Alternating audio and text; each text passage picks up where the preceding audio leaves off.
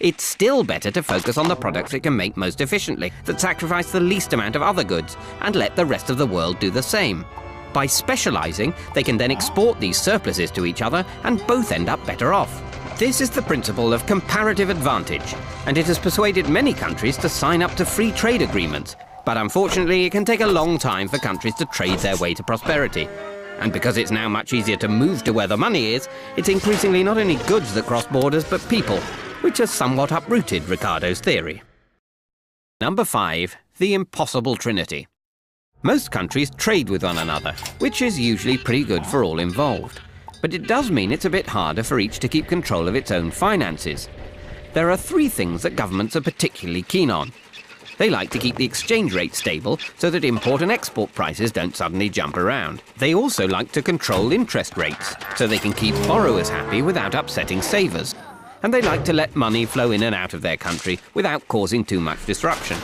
But there's a problem when you try to do all of these at once. Say, for example, the Eurozone tries to lower its interest rate and reduce unemployment. Money flows out to earn higher interest rates elsewhere. Exchange rates drop, which causes inflation, so the euro interest rate is forced back up again. You can either fix your exchange rate and let money flow freely across national borders, but have no control over your interest rates, or control your interest and exchange rates, but then you can't stop the capital flowing in and out. But like an overzealous triathlete, you can't do all 3 at once. Number 6. Rational choice theory. Of all the things to factor in when running an economy, the most troublesome is people. Now, by and large, humans are a rational lot. When the price of something rises, people will supply more of it and buy less of it. If they expect inflation to go up, people will usually ask for higher wages, though they might not get them. And if they can see interest or exchange rates falling in one country, people with lots of money there will try to move it out faster than you can say double dip. And governments often decide their economic policies assuming such rational actions, which would be great if it weren't for the fact that those pesky humans don't always do what's best for them. Sometimes they mistakenly think they know all the facts, or maybe the facts are just too complicated.